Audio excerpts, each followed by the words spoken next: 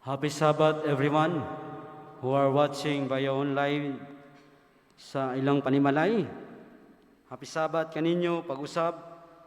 Malipayon, kita nining takna sa alay papahulay sa pagsugat sa Dios nganha kaniya siyang adlaw nga gibalaan, adlaw nga gipahulayan mga kaigsunan. Ang awit nagapainumdum kanato nga gusto jud ta og langit. Gusto sa Dios nga kita makikuban kaniya dito sa gingharian nga walay katapusan. Salamat sa Shine on Gospel sa mao nga mensahe sa awit. Nagapahinumdum kanato mga pinangga kaigsunan nga kita kinahanglan jud maningkamot nga makaadto sa langit. Kay kun dili sayang mga pinanggang kaigsunan. Ang title sa akong wali karon nining kagabion, giuluhan kini, putting revival into practice. Nganong kinahanglan manato mga kaigsunan nga i-practice ang ato ang pag-alagad. Nganong kinahanglan manato i-revive ang ato ang pag-alagad mga kaigsunan. Ang Hebrews 12 verse 1 nagingon, therefore, seeing we also are compassed about with so great clouds of witness, let us lay aside every weight and sin which doth easily beset us. Let us run with patience the race that is set before us. Mag-ampo kita. O Diyos nga balaan, aman, tag-iya kasinulman ang mga kinabuhi. Dili kami makawang o Diyos sa pagtawag kanimo, dili kami mapulan o Diyos sa pagtawag sa imong ngalan. Tungod kay kanimo, ana ang kasulbaran. Ana o Diyos, ang kanindot sa kinabuhi kung ana ikaw sa mo ang huna-huna o kasing-kasing. Amahan, nining takna sa kagabion sa adlang ipapahulay, gihangyo namo ang imong balang espiritu nga magadihog sa matag usa kanamo. Nga ikaw o Diyos magapahid usab sa akong mga ngabil o Diyos, nga pulong lamang nimo ang lutok. Kini lamang ang magdasalig ginalamang madawat sa ngalan Diyos nga pasyanan maluwas. Amen. Putting revival into practice makaigsunan, kinahanglan jud nato kini makaigsunan sa ato ang kaadlawan karon tungod kay ngano ang atong kalibutan dunot na makaigsunan. O kung sa tao pa makaigsunan masakiton. That's why we have to be alert makaigsunan. We have to be strong. Batod ba sa opening song kanina makaigsunan nagaingon nga stand like a brave. Kinahanglan nato mutindog makaigsunan, taliwala sa daghang kaaway, taliwala sa mga pagsulay sa kinabuhi. Kay naingon dinhi makaigsunan ang Hebrews 12 verse 1, busa sanglit kita gilibutan sa usa ka hilabihan kadagko nga panganod sa mga saksi. Isalikway ta ang tanan nga kabugat ug ang sala nga sa dakong kasayon nagasipit kanato og magadalagan kita nga mapaulubon ang lumba nga gitanyag sa atong atubangan. Kinahanglan makaigsunan nga i-revive nato ang atong kinabuhi. Usa ka eksperyensya makaigsunan sa usa ka magtutudlo. Samtang ang iyang mga estudyante luya kay makaigsunan tungod kay ngano sayo sa kabuntagon. Ang way sa teacher makaigsunan o sa magtutudlo nangita siya paagi aron ang mga bata ma-awake. Aron ang mga bata ma-revive makaigsunan. Gitagaan niya og exercise makaigsunan ang mga bata ug na-enjoy kini og nibalik ang ilang kalagsik.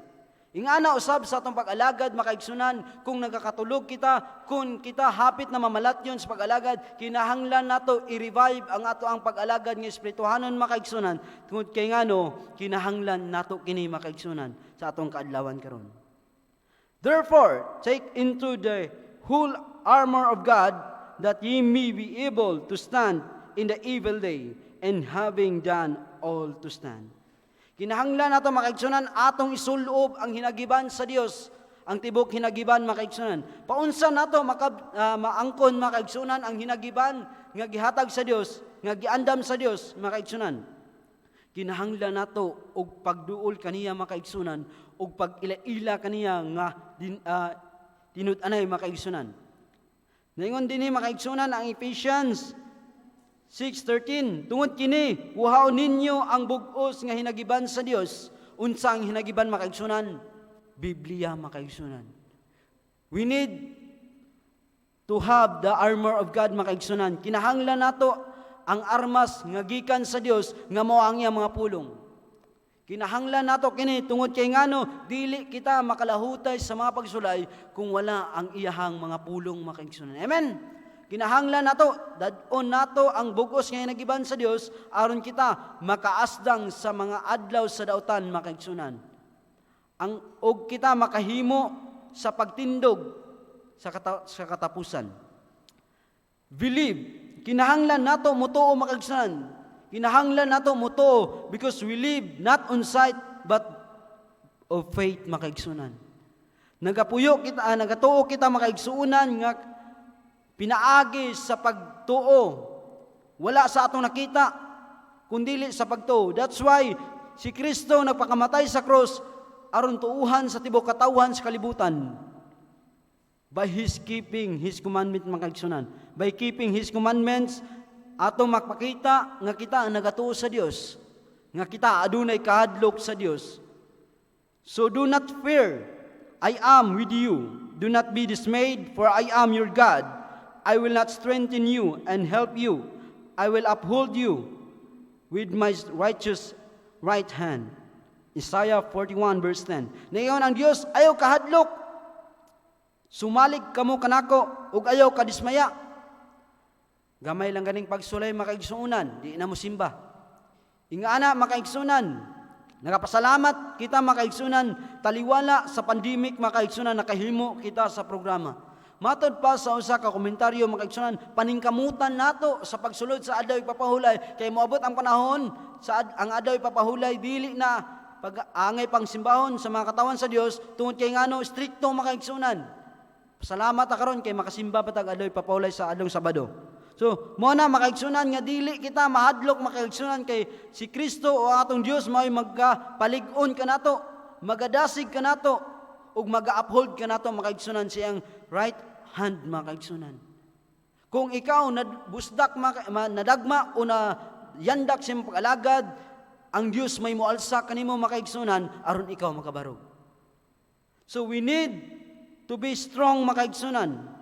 I know that my Redeemer lives, and that in the end will stand on the earth. Job 19:25. Kinahanglan nato makaigsunan nga mutuo kita nga si Kristo nabuhi pag-usab og siya magahukom og magabalik sa katapusan og magatindog sa kalibutan. Atong paningkamutan makaigsunan taliwala nga kita ginalibutan man sa kaaway batikos sa kaaway makaigsunan atong paningkamutan sa atong pag-alagad, dili kita mapukan. Dili kita maunsa makaigsunan sa atong pag-alagad. Dapat consistent ang atong connection nga na sa Ginoo aron kita makabarog sa mga pagsulay. Ellen G. White says, provision will end suddenly, unexpectedly. When the provision ends, it will come suddenly, unexpectedly, at the time when we are less expecting it. But we can have clean record in heaven today and know that God accepts us. Bible Commentary, chapter 7, page 989. Naingon siya makaigsunan nga ang kaluwasan musirado jud makaigsunan sa wala nato damha makaigsunan sa wala nato ekspektara sa atong kinabuhi. Duha baya ka klase ang pagsira sa kaluwasan. So that's why makaigsunan ginadasig kita nga kinahanglan nato i-clean ang atong record nga na sa basahon sa kinabuhi o basahon sa handumanan aron nga ang atong record ngadto sa langit malimpyo. Mo na nga nagapadayon siya dinhi nga kinahanglan atong bantayan nato makaigsunan ang iyang kasuguan aron kita mamahimong hingpit siya nga tubangan. Daghang manultihon nagaingon nga tumantuman og kasuguan, tumantuman og sugo sa Dios, pero dili man day kalahutay. Mo na maigsunan nga kinahanglan nato i-obey ang commandments sa Ginoo aron kita makalahutay sa mga pagsulay og makaila kita kung unsay tama ug unsay mayo.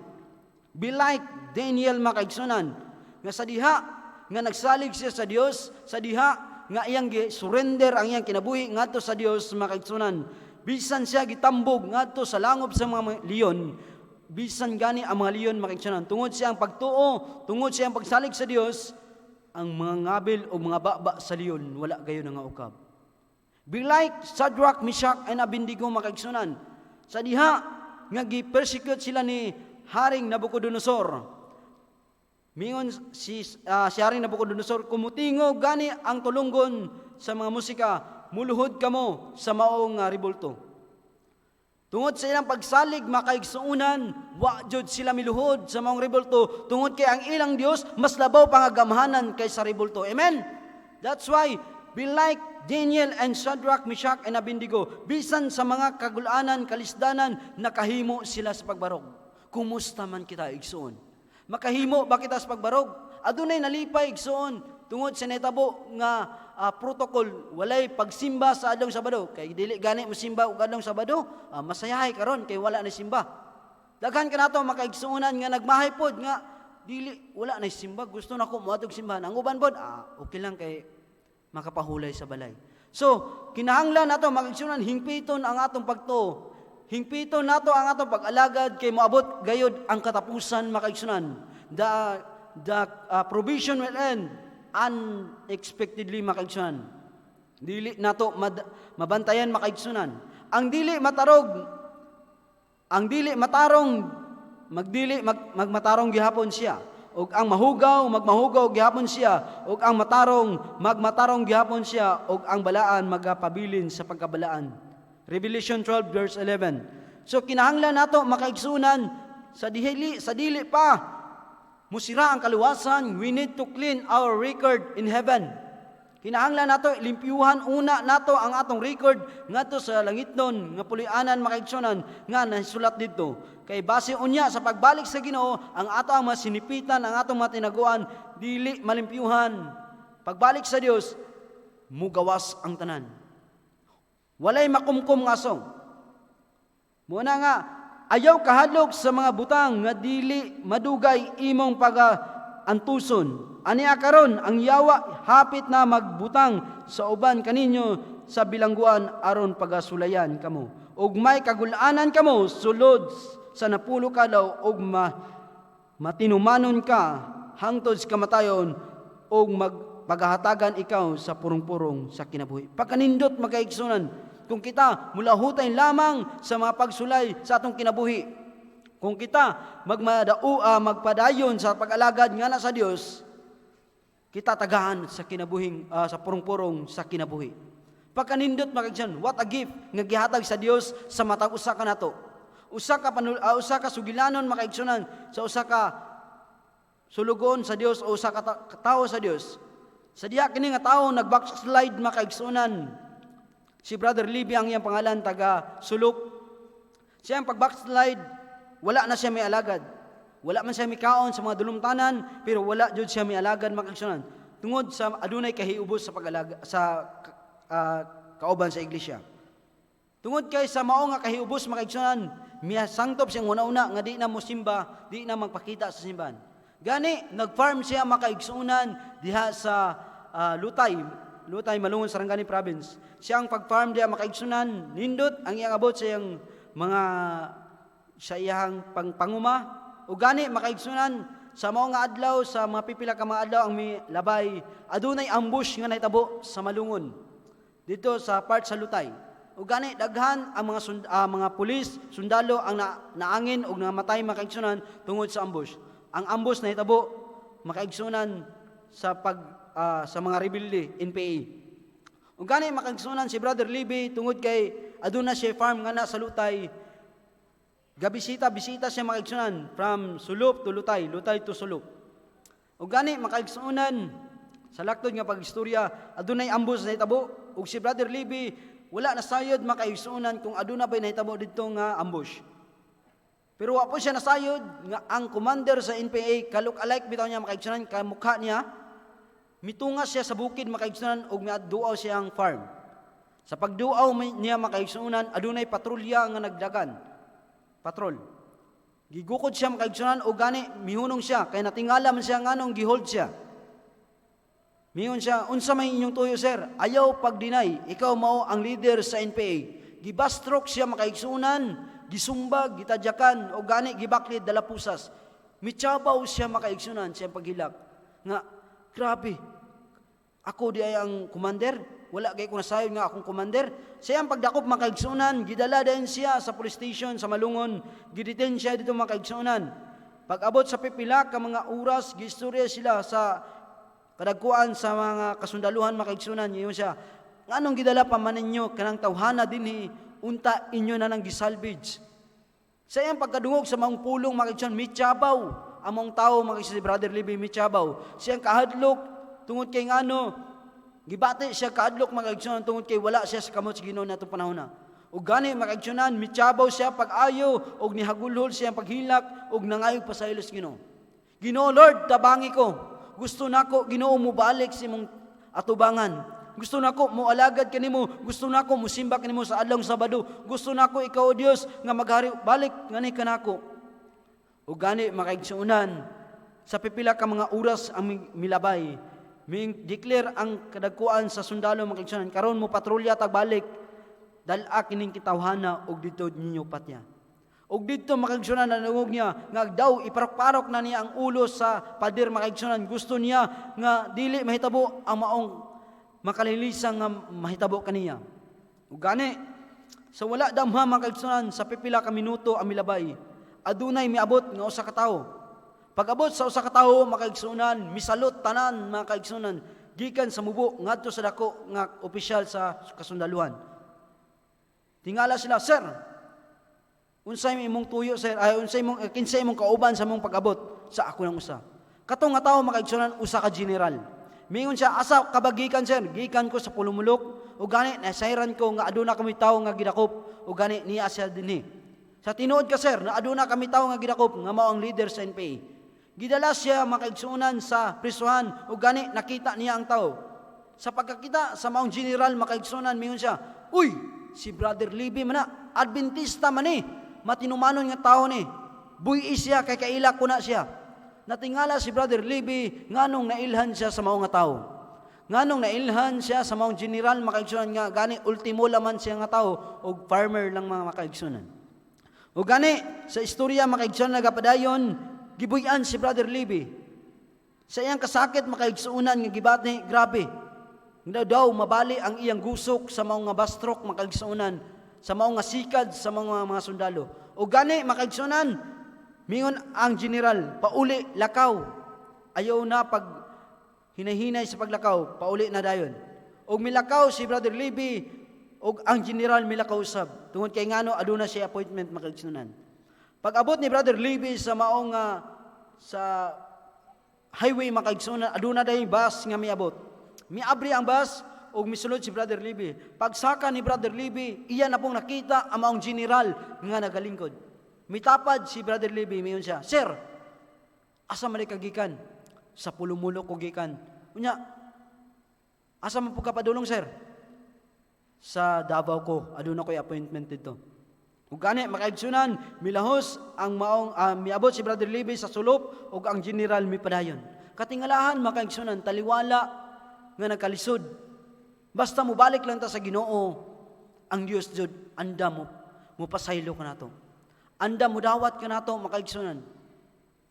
Mo na nga taliwala sa mga pagsulay atong hisgutan kanunay, atong isangtop kanunay sa atong una nga adunay Dios nga nagmahal ka nato. Nga adunay Diyos nga anda muluwas ka na to, taliwala sa mga kaguliyang makaigsunan. Atong mahagiuman ang mga paglutos sa malabot nga panahon, munang atong bansayon ang atong kinabuhi, atong i-revive ang atong kinabuhi, kung kumusta na ba ang atong kinabuhi o espirituhanon nga pag-alagad, kung okay pa ba o dili na. So, nagapadayon siya makaigsunan, putting revival into practice, atong kanunayon, i-practice atong kinabuhi nga mag-aalagad sa Dios. Bisan walay simba nga atong pagasudlan sa simbahan makaigsunan, bisan walay iglesia nga atong pagasudlan, because of this protocol makaigsunan nga gipanaog sa atong gobyerno, atong mahimo kana makaigsunan bisan sa atong panimalay, mag-alagad kita sa Dios, magsimba kita kaniya sa adlaw ipapahulay makaigsunan. Amen. Atong paningkamutan makaigsunan nga sudlan nato ang adlaw ipapahulay, atong paningkanimutan makaigsunan nga kita magapadayon makaigsunan. Kay ang pagbalik sa Dios haduol na, ug ang mga ilhanan ato nang nakita mga pinanggang kaigsunan mo na nga dili na ta maglangay-langay kung dasig ta karon dasig sa daugma mga kaigsunan. Kinahanglan atong dasigon, atong i-revive ang atong kaugalingon mga kaigsunan nga anha sa atubangan sa Ginoo. Kaya ang kaluwasan musirado ug ang kaluwasan mga kaigsunan walay gipili nga panahon. Kaya ang pagbalik sa Dios sama sa kawatan wala nato dahuma. Muna kinahanglan magpreparar kita sa atong kinabuhi sa pagsugat sa atong Dios. Dili kita sama sa napulo ka mga ulay mga kaigsunan. Ang 5 nag-andam sa ilahang gaspin o ilang sulo ug ang 5 usab nagpabaya. Sa diha nga miabot ang ilahang pamanunon mga kaigsunan, nagkaguliyang ang 5 ka mga babaeng gitawag og foolish virgins ug ang 5 mga kaigsunan kay nag-andaman, nakasulod sila sa kasal ug gani mga kaigsunan ang 5 wala jud. Atong paningkamutan mga kaigsunan mahisama kita sa the wise virgin mga kaigsunan nga gihilagway diha sa Mateo 25 mga kaigsunan. Nga dili nato ikumpara ang atong kinabuhi, dili nato ipahisama atong kinabuhi ngadto sa mga buang-buang nga babae, atong ipaalayon atong kinabuhi ngadto sa mga wise virgins mga kaigsunan nga gihulagway sa Balang Kasulatan. So paningkamutan nato mga kaigsunan nga kita magmadasigon hangtod sa pagbalik sa Dios kay ang iyang pagbalik hadol na. God bless us all and happy Sabbath to everyone.